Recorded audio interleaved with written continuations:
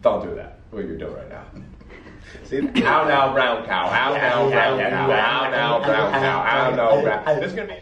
Hey, what's up, guys? My name is Chris Tutela. My name is Ruben Borges. And this is the first episode of TTS Talk. Now, just so you guys know, what TTS Talk is it's going to be your go-to show on YouTube for anything health, fitness, and personal development related and all things alike. Guys, we truly believe that the stronger you become, the better you'll be capable of dealing with challenges and obstacles in life. That's the God's honest truth. And I wanted to start off today's episode with just a little bit of background and backstory and kind of who the hell we are and where we came from. So, Rube, how'd you get into training early on? Training, guys. So I've been in strength training since high school. First day, baseball. Get into the weight room, get into the gym. Had no idea what I was doing. To make a long story short, my first goal was to be in the major leagues. Right? Listen, I was pretty good. But training was my other go-to that kept me intact and kept me head straight forward. I wish I knew what I know now back then, because it definitely would have progressed my baseball career, which, as you guys probably can tell, I did not make it. I am not playing third base for the New York Mets. Although he does look like Carlos Beltran. With that being said, I learned a lot from playing the game, which transferred into me being a strength training coach. And I truly believe sometimes you got to go through experiences in life to become what you truly are meant to be. And that's the part that baseball played for me, which led me to strength training. And listen, I'm ready to give people what I wish I had for baseball, life, or whatever it is they need to excel themselves. I love it. So, to give you a little bit of my backstory, so like any other Italian kid from Jersey, I don't forget about it. Yeah, I don't. Obviously, all the Rocky movies inspired me as a kid. Yeah, absolutely. Right? So I'm always doing push-ups, and I used to actually box the side of my couch and put my mother's lipstick on my face like I was bleeding, and she would come home furious because I was wasting all her tubes of lipstick. But after that, you also had a bandana. Don't forget. Yeah, the bandana went a long way. But after that, I got into training from playing high school football and whatnot, and then that carried over. But I got to say, training for me was actually a way out. So my brother is a drug addict, and he's been wrapped up in this shit for the last 15 years or so. And growing up in that kind of environment, you know, this could probably be a whole episode in itself. Yeah, we'll save that. So we'll save that for another day. But, you know, growing up in that environment, I needed a way to get my anger out, to get my emotions out, to get my fucking pain out, because it was a very painful experience growing up with something around when you see someone you love destroying themselves. So for me, it was hitting the gym. That was my escape. There was a way for me to get all that shit out. And what I noticed in my early 20s is how much that changed my life and how much it helped me cope with shit outside of the gym. And I knew that this is something that I had to give back to other people, because a lot of you guys are going through a lot of shit in your lives. And a lot of people aren't aware of how important training is to get those demons out of them and let that beast out, so then they can handle more shit outside of the gym. Almost like letting those demons out the proper way, instead of, going to the bar and maybe binge drinking and things like that. There's so many ways of that. And you bring that up, and what our episode is about.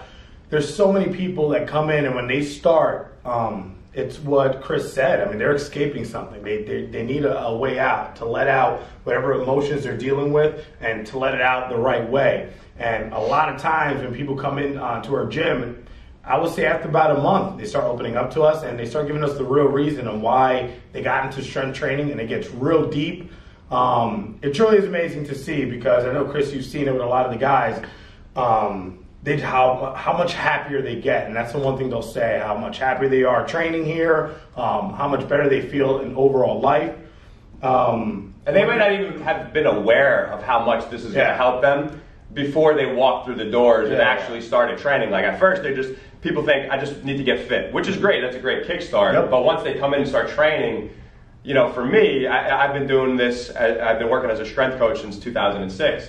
You know, the people I've worked with throughout the years, they didn't realize how much this was going to actually change their lives. And have you noticed that as well, the people you worked with here? I noticed that a lot, and like you said, more so than they don't even realize it. But they'll also talk about their family members. So like, how things going? I'll say, how's your week? I'm good. I've seen my cousin who I haven't seen in a while, and they're like, whoa, man, you look great, man. I haven't seen you this way. And you know, they do relate it back to just strength training and the culture. And I think one big factor is too, they're in a group with other people with similar goals, trying to get out or escape somewhere. So they all mesh well together because they're all trying to push each other to get out of this, whatever it is they're escaping, they're trying to get out of it. And it's really awesome to see when you see them work together. And which I think that is, you know, speaking of, you know, escaping something, getting out, like if you really, to me, you know, if you really want to be fulfilled in life and be happy, you have to take the focus off of the shit that's driving you crazy every day. You got to take the focus off of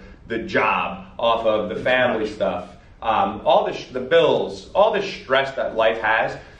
You have to find a way to escape that shit. And to me, escaping it through a physical outlet, like training, or maybe like martial arts, or maybe playing a sport, that's going to help you really just get past all the other shit that is not enjoyable in your life, and gives you something where you could focus with clarity, with certainty, and just be focused on that one thing. Because you know as well as I do, if we're doing a back-off set of squats and you're going for a set of 20, it's an you ain't fucking thinking about the bills that got to be paid. You're getting mentally tested. And Chris, you bring that up, that back squat, that you're battling through your reps. If you're by yourself, you're probably not incorporating a back-off set of a back squat into it. But as you're doing it now, battling through every single rep. And for me, I truly believe, and just the experience that I went through in my life, same thing with Chris, battling through that drop set, getting 20, the guys getting on you, boom, pounding left and right, like, dude, awesome job. That relates to now, there's going to be a situation we deal with in life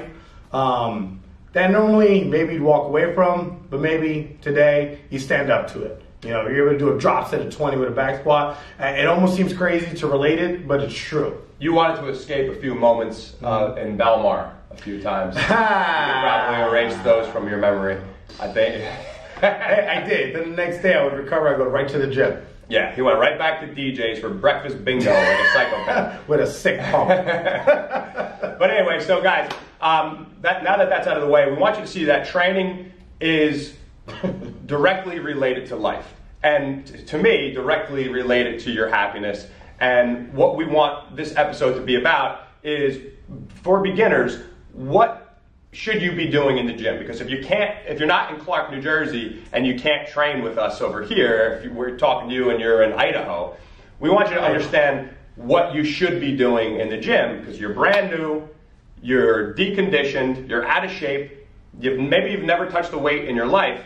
What do you do? And that's where there's a lot of confusion out there, especially in the fitness industry. There's a lot of conflicting information, and we want to simplify that for you so you understand exactly what you should be doing when you walk into a gym for the first couple of months. So, Coach, I'll ask you this. What do you think is one of them, for someone who's never trained their whole life, they're coming in, what would you say is the first thing they need to know about training? And let's say you're talking to that guy from Idaho. Mm-hmm. You know, what would you tell them? For me, I almost feel like they have no idea of the important movement patterns. Squat, the hinge, horizontal pressing, rowing. Right. That's what I would say is, first, understand and learn the mechanics of the primary fundamental human movement patterns, right? So understand a squat pattern. That doesn't mean a barbell back squat, guys. Mm-hmm. There's many safer variations for you to learn. So the first thing I'm going to recommend is that you hire a coach who can teach you how to do this stuff. If you can't afford a coach right now, go online, find a qualified coach, right? Check out our YouTube channel, and you could see these patterns and how to do them properly. So, how to squat properly. Understand that. Learn the bodyweight squat. Learn how to hinge properly, right? Learn how to horizontally press properly. How to do a horizontal, horizontal pull. The hinge is, when you touch up on the hinge, and I think that's a common movement that, what? Well, explain the hinge, because some people might not even know what a hinge pattern is. So the hinge, guys, your first movement as you're standing up, and I'll show you very quickly, basically a deadlift. So wants to show you his butt. Driving the hip back, hips going back, driving the hips forward. There we go. That's the hinge. How's that look on camera? Excellent. Sweet. So listen, the hinge, it's a movement that when you explain that to someone, and Chris sees it, I see it, it's like, huh? What are we talking about? A lot of people mistaking it for a squat. Yeah, and I think that's one of the most important things. Everyone always knows kind of you can kind of work that horizontal pressing because they pick up on that quick, but the game changes at hinge. And I noticed, Chris, and I know you noticed, when someone gets better at the hinge, all of a sudden their strength is going up, their body. Because now they're actually developing and strengthening the posterior chain, right? Which a lot of people are very weak in their posterior chain, and they're also very tight because most people are sitting all day at work, or they're just kind of crouched over. They have poor mobility, poor flexibility. Yeah. So once they develop the proper mechanics and they learn how to hinge properly, a lot of that other shit goes away, especially when they strengthen the posterior chain, obviously in that movement pattern. But back to those fundamental movement patterns, we were talking about the squat, the hinge, how to horizontally press properly. I mean, that could be a basic push-up, guys, but we want to push in this plane. We also want to pull and focus on horizontal pulling, because that's another thing. Many, many people have weak upper backs, internally rotated shoulders. They have poor posture because they're sitting at their computers all day. And that creates a whole world of issues. So developing strength in that upper back, right? Also a vertical press and a vertical pull. I also throw lunges into that mix, right? Learning how to lunge properly, so you're working on unilateral work. And then also loaded carries. Loaded carries are one of my favorite things for developing the core, teaching you how to brace properly, so like a basic farmer's walk.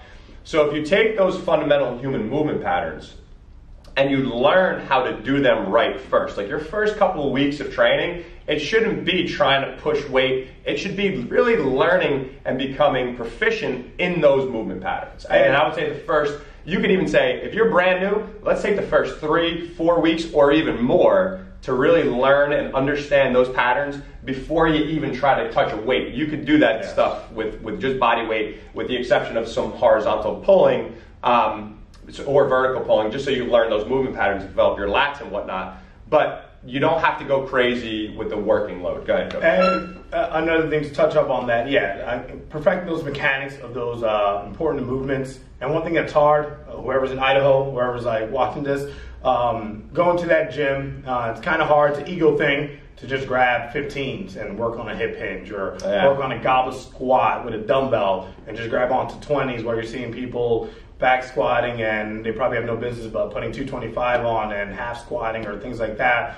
It's tough to do that in a commercial gym because you're seeing that all around, and I would say just thinking about people around you, like, what's this guy doing 20s, goblet squatting? But take pride in that. Take pride in those small victories, developing the proper mechanics and the proper movement pattern.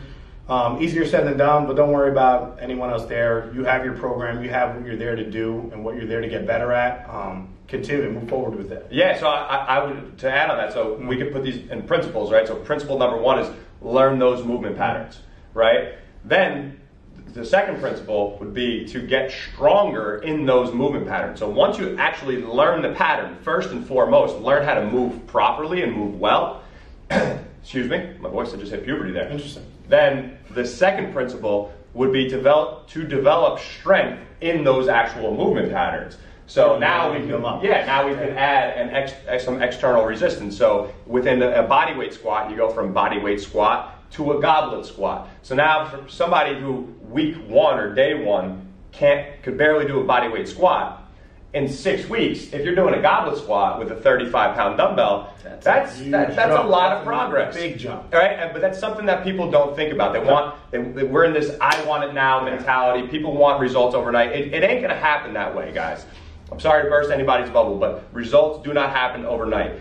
What it's about is small incremental progress over time. I mean, it's our motto here at TTS. We say get better every day, right? So every day there should be a small little win, a small victory, and you build off of that, and that gains momentum. So fundamental human movement patterns, learn them, become efficient in them. Then get stronger within those movement patterns. Loading them. Then what Coach said, I would say make sure, because one of the biggest mistakes is going too fucking heavy. Yeah. People want to go too heavy, then they get buried. And Coach, you know as well as I do, if you miss reps, you're not going to progress. So if Ruben is going to go for a dumbbell press with 100-pound dumbbells, and he's going for a set of 10, he thinks, and then he does one, and then the second one, it's like he's wrestling a goat. That's I spotted people like that. Yeah. Right, turned it into a curl. And he's wrestled goats and lost. But you have to understand that you're not going to get better that way. So when you go too heavy, you're just going to set yourself backwards. So you got to leave your ego at the door. I think another way to kind of look at progression, let's say suitcase RDLing, or let's just go stay with the goblet squats with 20 pounds. 1 week I'm doing it, and I can't go up because mechanics are not getting better. But then the week after that, I'm staying with those 20s, and my mechanics got so much better. My form is better, my range of motion is out better. That's progression. That's you getting stronger. And I think it's hard for some people to kind of take that in and say, oh, how'd you do? I mean, use those 20s. But man, you got pretty shitty mobility. You got to talk about your shitty mobility. It's horrendous. Now listen, my hamstrings are the best. You should see me. I should put my ankle way up here. Absolutely. Nobody wants to see that. But yes, the movements, guys, with the goblet squat, take pride in just bettering your mechanics. That's progression, and that's basically where I'm getting at with that. People need to understand that. Yeah, right, Coach. Yeah, absolutely. And then I think another thing that I want you guys, if you're beginners just starting, before you walk into a gym, go get yourself a fucking $1 notebook. Yeah. Write down what you're going to do that day. Guys, if your workout can be 20 minutes. I laugh because the first time I actually started training with Chris, years back, like 10 years ago, he's like, dude, get a notebook. And then true story, I drew a bunch of little dicks all over his notebook. I have an obsession with drawing penises. Yeah, it's really odd, guys. I have no idea what it is. But yeah, he gave me a notebook, and I was like, dude, what do I need this? I was going to. And then he's like, well, I saw it. She never, dude, what? Whatever, back to the notebooks. All right, so just to touch up on that, when he told me to get a notebook, and I was like, what do you mean, man? I was kind of in me head mode, just pick up whatever weight. Keep pressing until it gets heavy, which was not good. But as I got the notes, I definitely progressed. I got a lot stronger. My body composition changed. I was looking a lot better than I did. I was getting all like puffy, and obviously then we got into nutrition and everything. But keeping the notes, opening it, knowing what I did last week for a common mistake, right? When we're pulling or doing a vertical pull or horizontal pull, you never know what weight you put on, and you start opening it up, and I'm like, oh, wow, I did do 130, He had his bandana on, and he's like, what I thought you, I told you, it's a lot easier, man. So I was like, all right, cool, man. I don't know where the accent comes from. Yeah, I didn't have a bandana. True story, yes.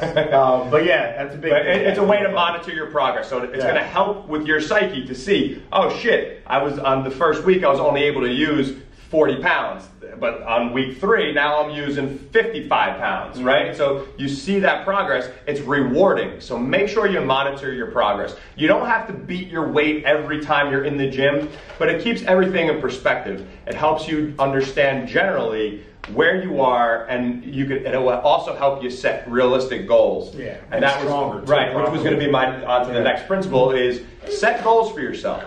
Set goals for yourself. I would say set a 1-year goal. And then within that 1-year goal, set smaller goals. Maybe they are 4 months at a clip or 3 months at a clip.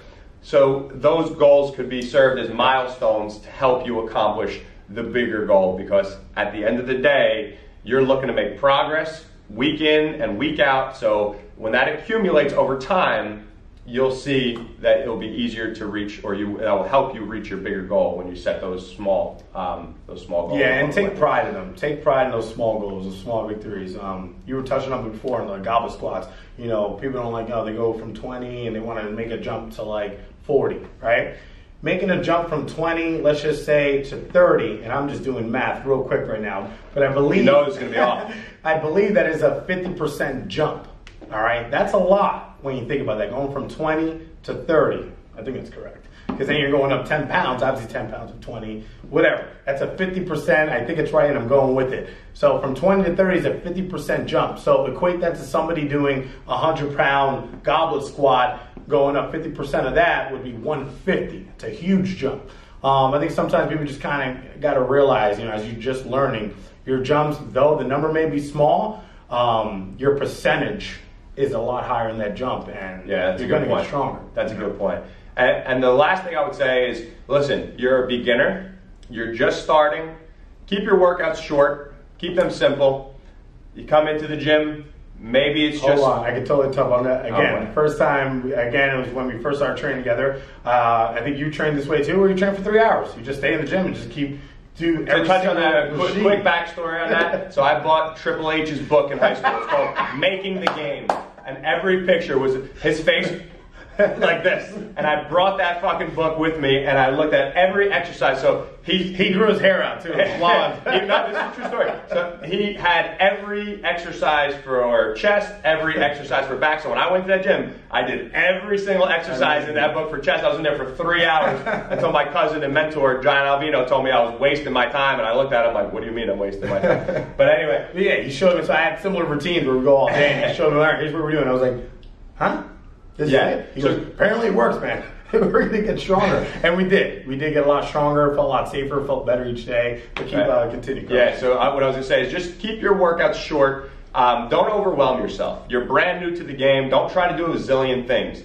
Pick 3 to 5 basic exercises and master them. Mm-hmm. Get really good in those movement patterns that I discussed earlier. And then last but not least, I'll say, as far as nutrition goes, don't overwhelm yourself with that shit either. Because there's a million different diets that work. You can do, there's a zillion fad diets, intermittent fasting, keto. Listen, the most important thing is that you remove the shit, remove all the sugar, remove all the flour, remove all the processed foods, and just focus on earth-grown nutrients, right? So if you're a vegan or vegetarian, just focus on the shit that you eat. If you eat meat, then yes, eat lean sources of protein, but eat a lot of vegetables. Eat fruit. Cut out all the bullshit soda. You're not 6 years old. Drink water. If you want coffee, drink it black. Don't load it up with all this crap, and you don't need these fucking mocha lattes and all this crazy shit. Just focus on the basics. Eat well, and don't overwhelm yourself. Just eat until you're hungry. I'm sorry, eat until you're satisfied, right? So you're not starving and hungry. By the way, Coach is not a big fan of soda. Go ahead. No. I agree with him. So, at least knock out soda. That's ridiculous. Listen, nothing points to being soft more than somebody drinking somebody's drinking a fucking cream soda like my father used to drink. I'm like, you're a fucking 50-year-old man, for God's sakes. But anyway, stop drinking soda. Drink water. Drink black coffee if you want coffee. Green tea is great, but otherwise just water. Cut out all the bullshit. Cut out all the junk. And you're going to see your body start to change because you're moving. Yeah, it will. But also to include, like, if you're just training 2 days a week or 3 days a week in the gym, the other days that you're off, don't worry about going crazy just yet. If you're really deconditioned, just go for a walk. Go for a 15-minute walk. Make sure these habits are something that will stick so you can do them every day so they actually become habits. So then you could actually, and with that, you're going to see yourself making progress. You're going to see yourself losing some body fat. You're going to be monitoring your progress because you're writing your weights down, you're writing all this shit down, you're eating better. You're going to feel better. You're going to sleep better. Yep. You're going to be in a better mood. You're probably going to have better sex. All right, so everything in your life, huge. Yeah, especially for this guy. His pillow has been thanking him so much since he started training. Ridiculous. Just don't borrow his pillow when you sleep over. Well, let's touch up on that. Well, with nutrition, you were saying with the cardio, that's not guys when they're hitting cardio, like, dude, I'm not running for an hour. It's not an hour. It doesn't have to be. Maybe a 15 to 20 minute faster walk in the morning, as Coach was talking about, or going in the cardio machine, walking for 40 minutes. You know, maybe your cardio level is not there, you're a little deconditioned. You know, get started somewhere and take pride in that. Yeah.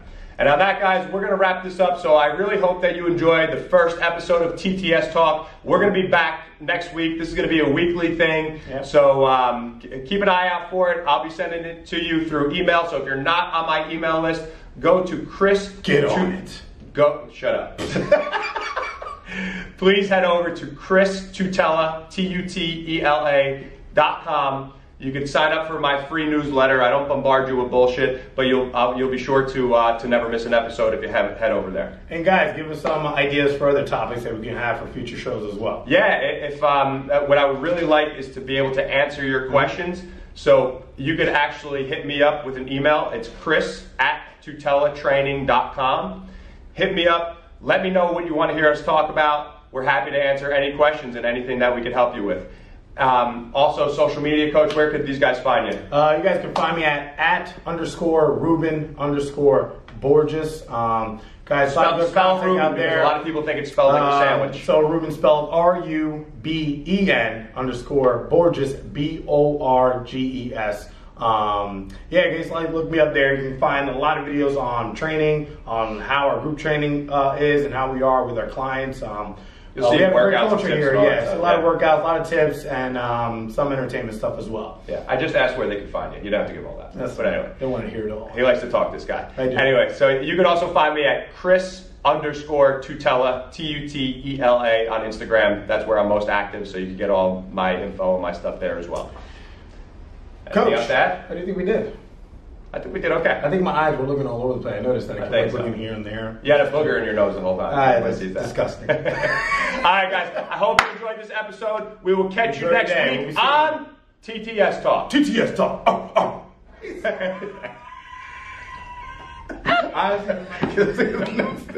My name is Ruben. Let's keep it. Get it out. What happened there? It's good. All right. It was all right. It's a funny guy.